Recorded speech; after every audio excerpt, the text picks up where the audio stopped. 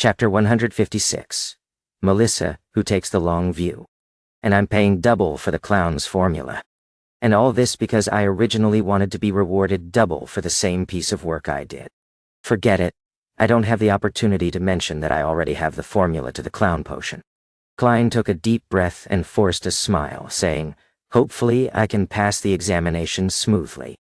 He was more than happy with Dunn's decision for him to continue to guard Chanis Gate.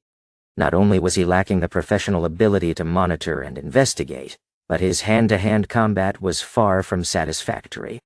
In terms of shooting, he was considered decent compared to the ordinary police. However, his teammates were all beyonders that have had their physical attributes enhanced. Even if they weren't all marksman level, they were very close. As for hand-to-hand combat, Klein was merely a beginner. Even with a slumber charm, a repose charm, and a dream charm, he was still considered a support class beyonder. It would be easy for him to deal with ordinary people, but he would be in danger if he were to come across any beyonders who were adept at combat. Until I advance to Sequence 8, become skilled in technique-based battles, and master a handful of spells, I can only complete normal supernatural missions on my own. If I successfully steal the power of sealed artifact 3782 and make flaring sun charms, that will be even better. It won't be impossible for me to win from a position of an underdog. Klein thought hopefully as he slowly walked back to the Blackthorn Security Company. The next morning when he ended his shift and left Chanis Gate, the Nighthawks still hadn't obtained any useful information from monitoring Hood Eugen. For now, they had to place their hopes on their informant's internal investigation. When he returned home, Klein had his breakfast quietly and laid down in his bedroom to sleep until noon. He woke up naturally, washed up, and walked to the first floor, following the smell of cooking food. Melissa is preparing lunch? Klein looked at Benson, who was reading the newspaper in the living room. Benson lowered the newspaper and said, "Yes, she has a guest visiting today. I wanted her to chat with her guest while I prepared lunch, but she doesn't trust my cooking and took the guest into the kitchen. How rude." Way. Benson, you actually managed to quickly realize that Melissa detests your culinary skills.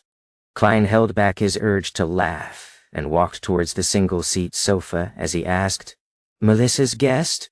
"Yeah, you should know her. Elizabeth. We met her at Selena's dinner banquet." "Now and narrow." Benson leaned backwards and continued to read his newspaper comfortably. It wasn't only at the dinner banquet. She came to visit for real. Klein turned to look at the kitchen with a stunned expression. Just then, Melissa walked out carrying some plates and Elizabeth followed behind, also wearing an apron. "Klein, you're already up? I was just planning on waking you up." "Whoa." Melissa laid the plates on the dining table delightedly as she said, "This is Elizabeth. You know her?" "Yes." "Hello, Klein." Elizabeth's adorable face flashed a splendid smile as she greeted him. Klein replied gently and politely. After they greeted, Melissa blinked and spoke seriously. "Elizabeth will follow us to the Family Servant Assistance Association later. They hire a few maidservants at home, so she has experience in that. Her opinions might be helpful. Actually, we've already drawn up the requirements for picking a maidservant. Listen to this and see if there's anything that needs to be added." "Man. Melissa wiped her hands on her apron and took out a piece of paper from the pocket of her home clothes. She opened it and read it out loud. Healthy. 2. Hardworking and responsible. 3. 1. Good at cooking. 4. Quiet, not rowdy. 5. Simple family background. 6. Looks ordinary. She read the requirements one by one, while Klein and Benson gawked with a vacant look. They never expected that hiring a maidservant would be so troublesome. "Melissa, weren't you against the idea of hiring a maidservant?" Klein subconsciously asked when his sister stopped. Melissa pursed her lips and nodded solemnly. "Yes, I was against it. But as my opposition was in vain, I thought we should get this thing done properly. To be able to get it done well, we must be well prepared. Do you have anything that you'd like to add?" "No." Klein and Benson shook their heads in unison, causing Elizabeth to laugh. After lunch, the four of them took a public carriage to the Tingen Family Servant Assistance Association on Champagne Street. It was similar to domestic help firms that Klein knew of from his previous life, but it was also a little like a charity. They recorded the personal information and job requirements of different maidservants so that the clients could make their selections more easily, while maximizing the maidservants' chances of employment.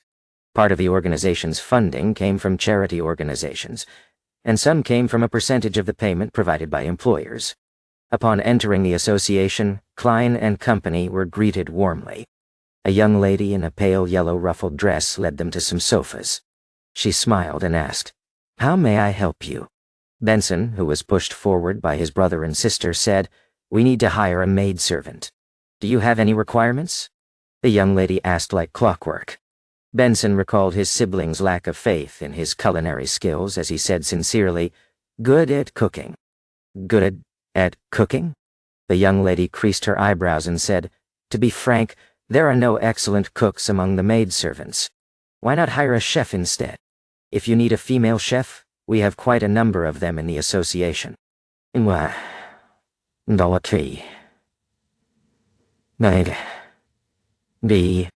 There is no one who is good at cooking among the maidservants." Melissa couldn't help but cut in as her initial plan was set back. The young lady nodded and answered affirmatively. The maidservants are either the daughters of lower-class laborers or girls from the villages. They have few opportunities to learn culinary skills. Even after the simple training provided by the association, the most we can guarantee is that their food won't make people sick. "No." Melissa fell silent, finally realizing what it meant to have situations outpace her plans. "That is regrettable," Benson thought. Reorganizing his words, he said, "Maybe we can amend our requirement to a maidservant who is willing to and is capable of learning to cook." "Not bad. Benson is quick-witted. There's no need for me to interject." Klein sat by the side, holding his cane and hat comfortably. "No problem. During cooking training, we took note of girls who had outstanding performance," the young lady replied with a professional smile. "Any other requirements?" "Yes." Benson felt the burn of Melissa's gaze. He swallowed his saliva and took out the piece of paper from his pocket. He then read the items one by one. The young lady listened quietly and only responded after quite a while. I'll first check through the records and recommend some maidservants that fit the criteria. You don't have to decide immediately. You can pick 2 to 4 of them. Then, I will bring them each over to cook for you once. You can decide who to employ then. Of course, you will have to pay the association some extra fees, and you will also have to prepare your own ingredients." "Moin. All right. Benson folded the paper and nodded politely. The young lady stood up and walked towards the office, but she turned around after taking 2 steps. She smiled and said, "Can you pass me that paper? I'm worried I will forget some of your requirements." "No problem." Benson held back his urge to laugh when he answered. After a while, the young lady in the pale yellow dress came out with a stack of documents and passed them to Benson. The information had each of the maidservants' real name, birth date, family situation, facial description, health status, past experience, related traits, expected salary, and other information. Seizing the opportunity when Benson and Melissa were reading the information, Elizabeth got closer to Klein and asked softly, "Don't you have any requirements?" "Yes, but this information isn't specific enough," Klein answered perfunctorily. Elizabeth got even more interested. "How would you choose?" Klein smiled and pointed at the hidden pendulum in his left sleeve. "I would divine the best person to become our maidservant by writing down a corresponding statement about each candidate and eliminating them one after another." "Me?" Elizabeth was stunned, nodding vacantly after nearly 20 seconds. "The simplest and the most effective way.